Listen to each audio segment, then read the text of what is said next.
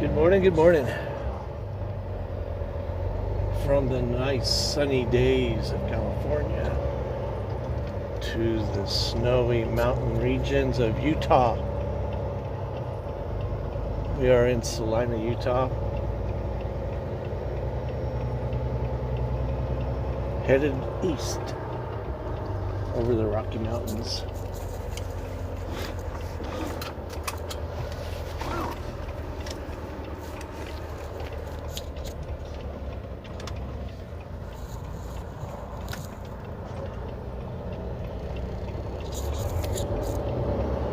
Another beautiful day in the neighborhood, 32 balmy degrees. This guy doesn't realize he's parked in the frickin' lane.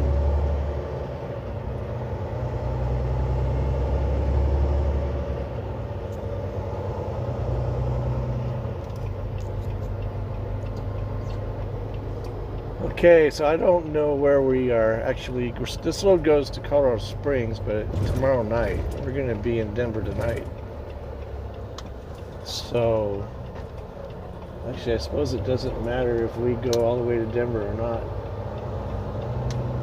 We'll find out later on what's going on. In other words, they might put us on to something else, or we'll continue on with the load tomorrow.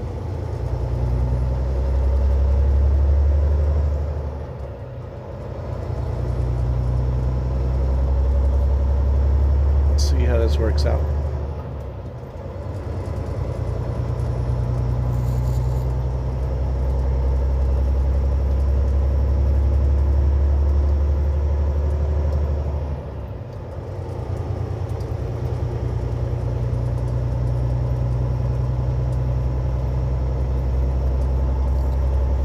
Didn't have enough time to make it to Ghost Rock last night, which is where I wanted to go. We had like 50 minutes left. And we're heavy, so we have that big hill, which we wouldn't have been able to climb up at any decent enough pace to make our destination. So instead of violating, we just parked it right there for the night.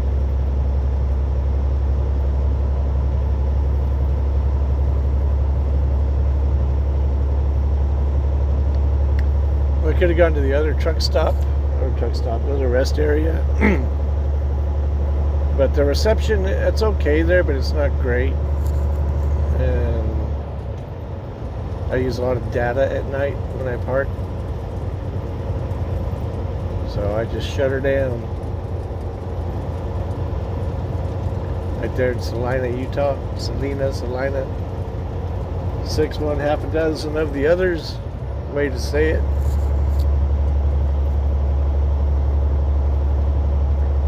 Haven't bothered looking at the road conditions. As you can see, that's going to do what it's going to do.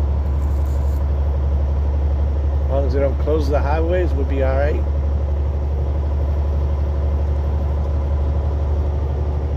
Keep on trucking.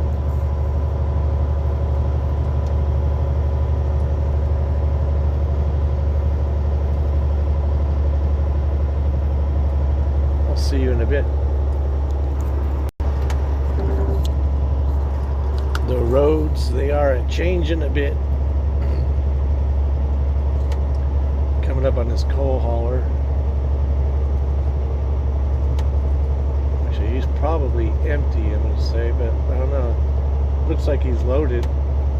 Flashers and all. Maybe he's hauling something else to the mine.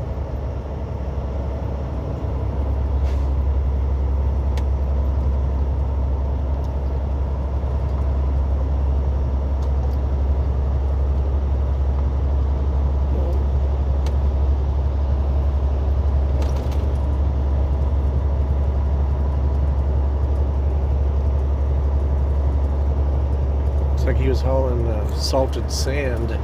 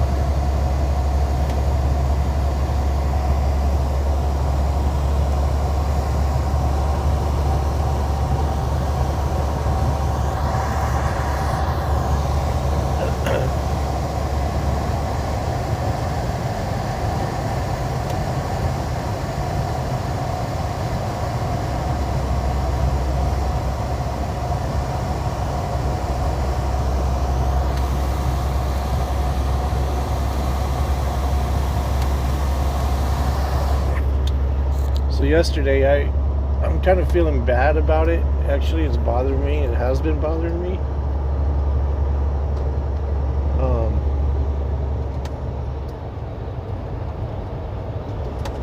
Yesterday I was in California, and I was at a Shell gas station.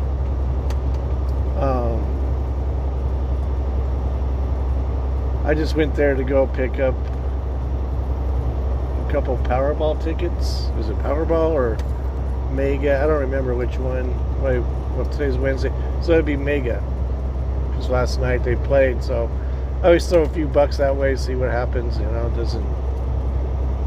The odds are really bad, but if you don't play, you can't win, right? Type thing.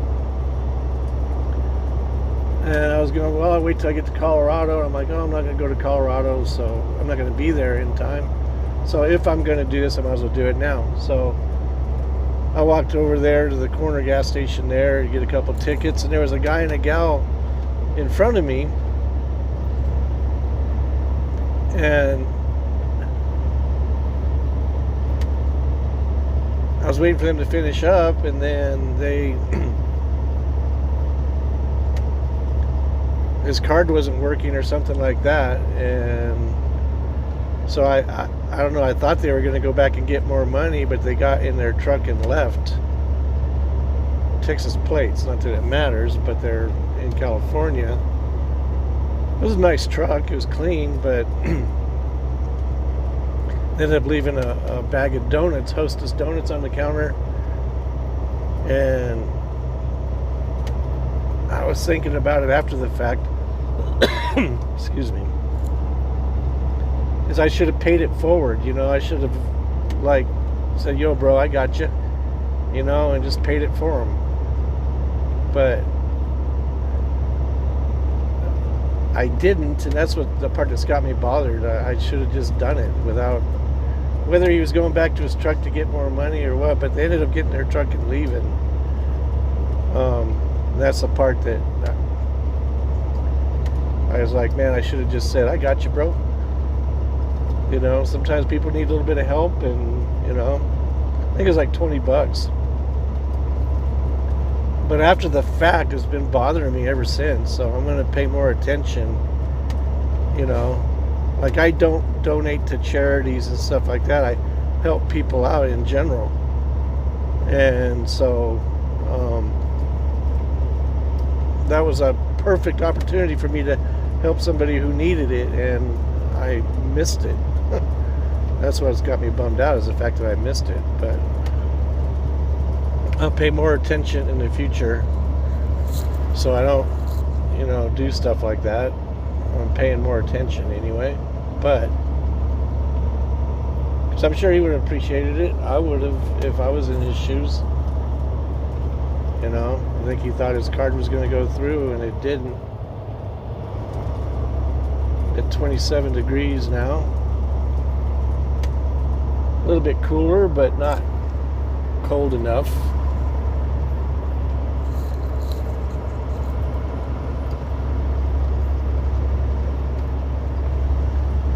I like it when it's like 7 degrees or -7. It does get too cold to snow too, by the way. So that's a thing. This guy's going to wait until I get up there. And then he's going to cut in front of me.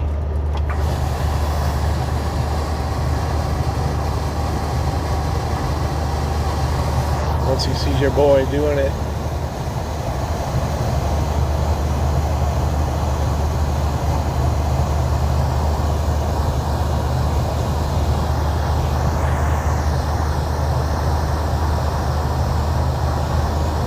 Got lucky.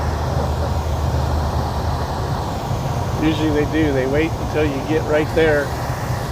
Sorry, my defroster doesn't seem to be working all that great on my side windows. I mean, it is, but I try to open the window a little bit. See the difference in these two roads, the one on the right and the one on the left? The one on the left is actually safer. Doesn't have the ice packed down like the one on the right. Yes, we're going to move back over.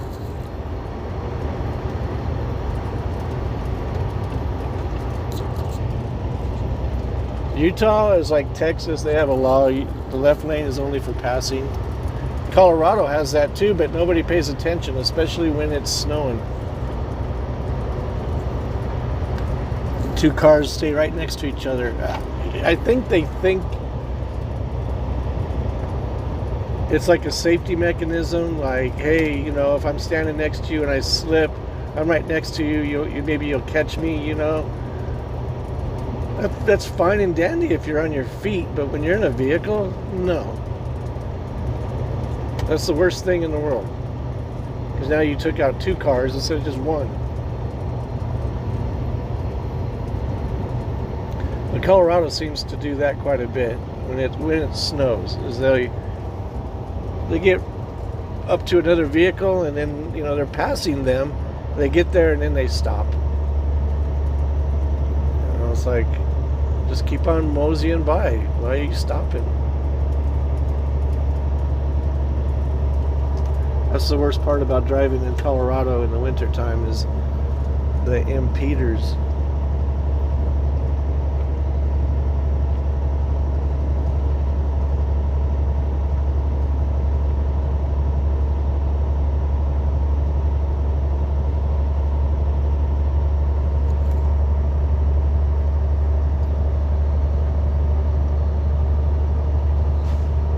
Got a few suicidal insects there in California.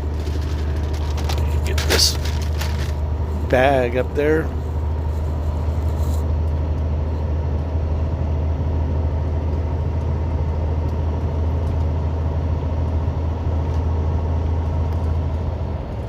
Temperatures dropped to 26 degrees.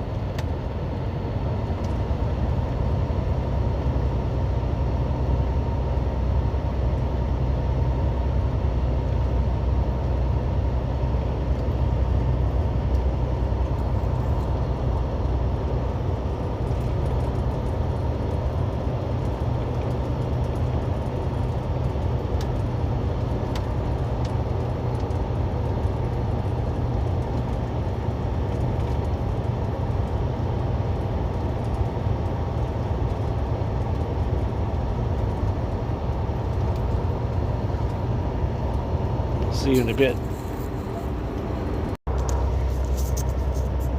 Oh, so this must be the summit. That's all it is. Summit. 7882, I think. If I remember. 7886. Only passed it by 1,000 times. Well, 999 times, but I should have known that. It was close. No cigar. And no snow, no nieve up here. It's a plow truck. 27 degrees.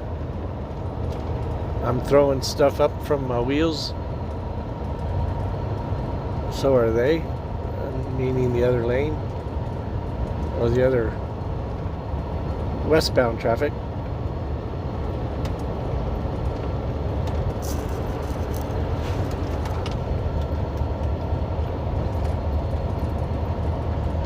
Little Jake application here.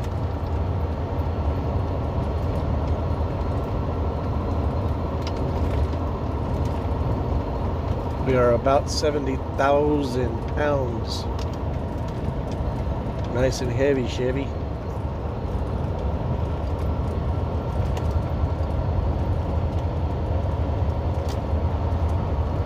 Necesito más, Jake.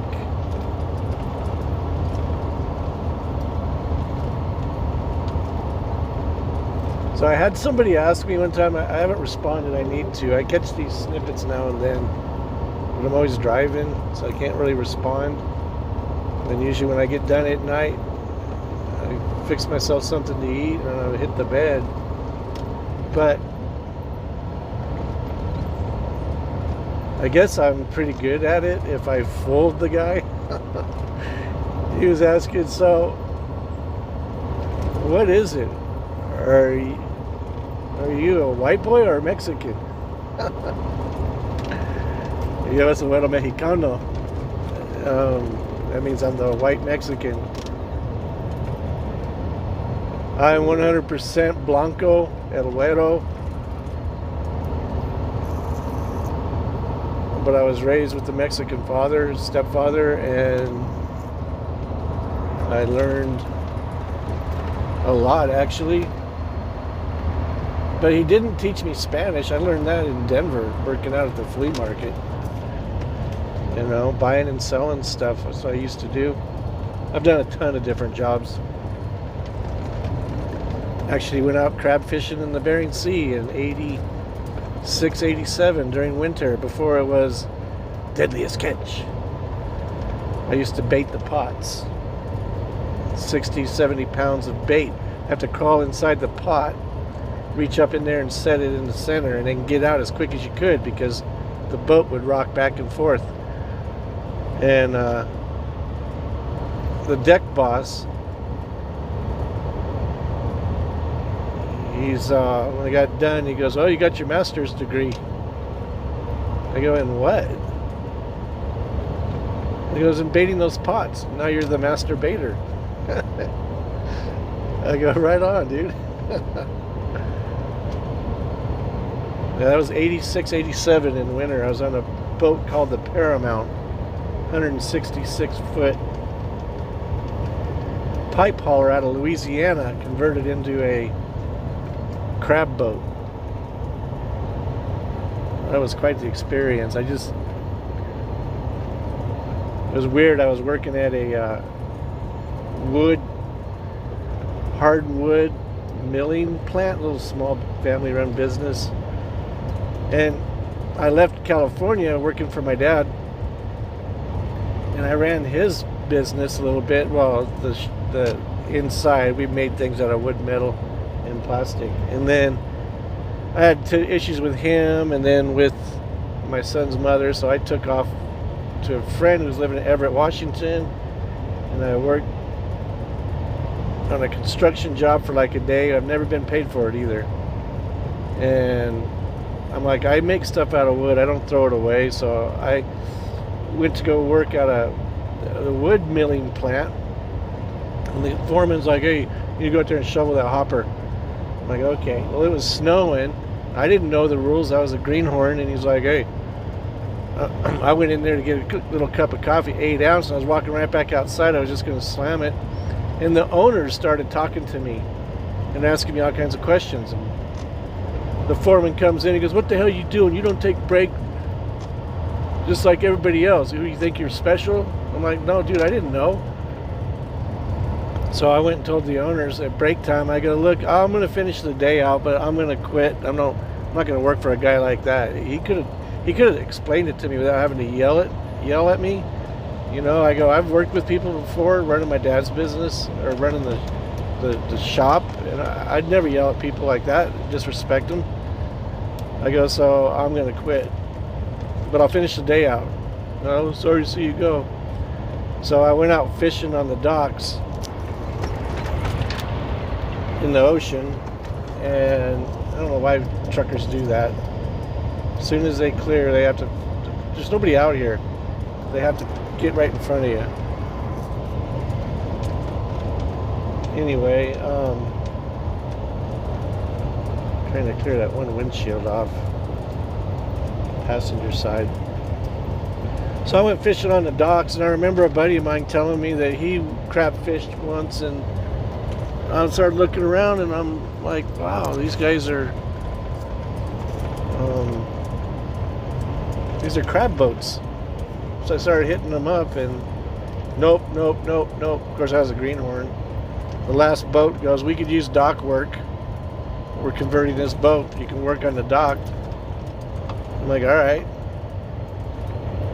Well, come to find out that they were going to hire somebody either in Alaska, Dutch Harbor, or out of Seattle. They need another hand for the fishing season. So I busted my butt off. I ended up getting it, and ended up going out there and working the season. crab fishing. That was quite the experience. That guy trashed my window.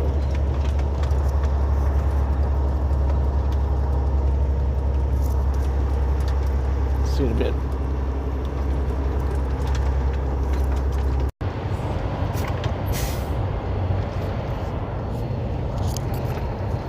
So anyway, yeah, like I said, I learned to speak Spanish doing these different jobs and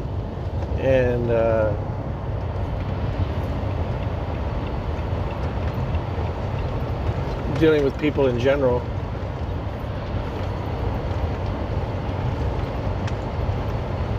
Picked up what I could. I used to go to this auction when I was buying and selling. That's when I really got into Spanish, was when I was buying and selling, and I'm dealing with these other white people, and there's a lot of Mexicans there. They actually came up from Mexico, would buy stuff and then take it back to Mexico. They would have to pay off the guard there at the border to get the stuff in so they could take it down there to sell it.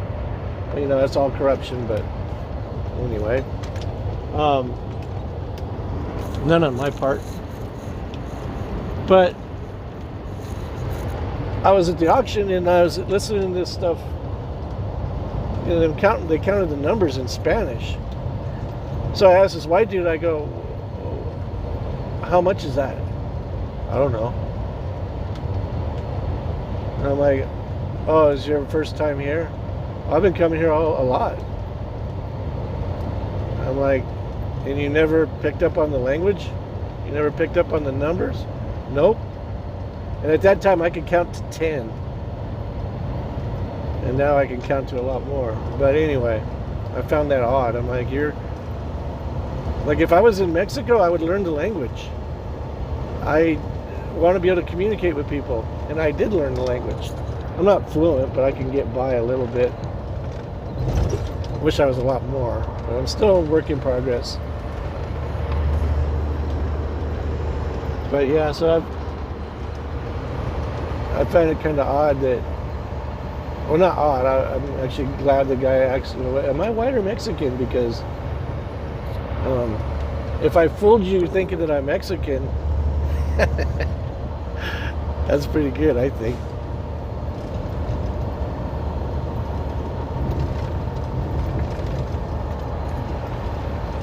But, you know, it's hard to tell somebody speaking what nationality they are by their voice or the way they speak. Even though sometimes you can tell sometimes people's nationalities just by the way they pronounce words and the way they sound, you know. But anyway, yeah, I've done a lot of different jobs. I'm a certified welder. I used to build water trucks and dump trucks. We would extend the frames, work with the hydraulic systems, put in PTOs on trannies. I've done my own wrenching when I was a teenager. My dad taught me how to rebuild a carburetor. That was the first thing I've ever done. That was on a 63 Chevy Impala 283 4-door sedan. I'm small, so I used to joke. I used to walk across the seat to open up the passenger door. And then my stepbrother sold me a 65 Mustang Coupe for $800. And I was sold. I was like, holy crap. It was 289, little pony car. It fit me just right. And it had power. I was sold. Then I went into the fastbacks Mustangs. I wrecked one of them. I wrecked it because there was my dad's business at the couple businesses down the road did river rock and epoxy, and one time I accelerated a little too hard down the back of the alley and I hit the brakes to slow down, which I had plenty of time. I wasn't really going that fast, but the little pea gravel acted like ball bearings and I slid right into the 2-foot wall. at a corner and collapsed the frame an inch and a half. Absolutely destroyed me. Pissed me off. Tried to fix it, but it was never going to be the same. I ended up selling the shell of that car, and I bought another one out of a junkyard for $800. Can't do that no more. And then took the 2 Mustangs and built one. I had a pretty nice one. Other than the fact it had a salvage title, but it was pretty cool.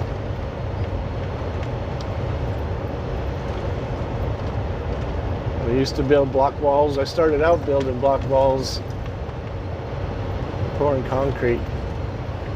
I've always been around concrete, never really could get away from it.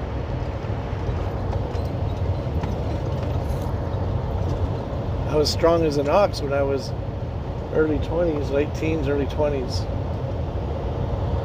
When you build block walls, you're hauling around cement, heavy wheelbarrows, blocks. I had no fingerprints. One time I got arrested and they told me, and they're like, "What do you follow your fingerprints off?" I'm like, "Yeah, right, dude. I'm gonna sit there and go through the pain of following my fingerprints off." I go, I worked masonry. Years and years of grabbing blocks and bricks, and without gloves on, has a tendency to wear your fingerprints down. That's kind of funny.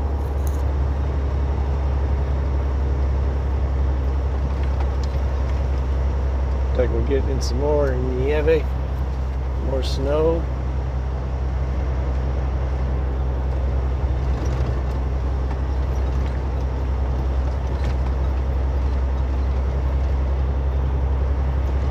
Got that big hill to climb.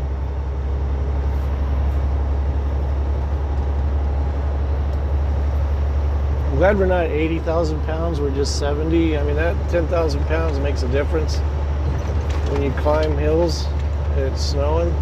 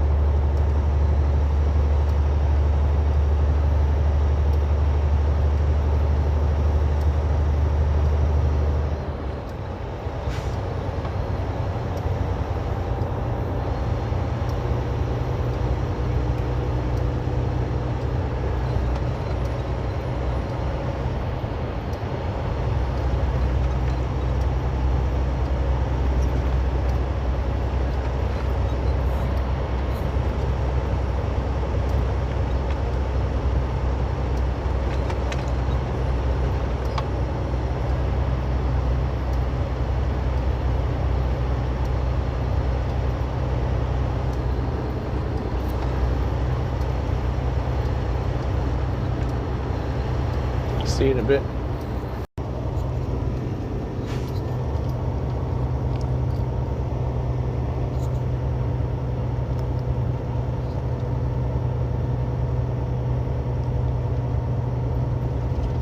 So here we are coming up to Ghost Rock. Looks like we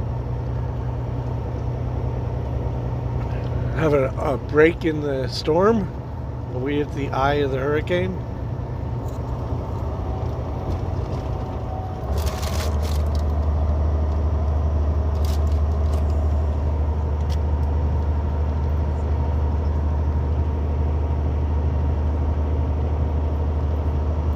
Turned out to be a nice day, 28 degrees.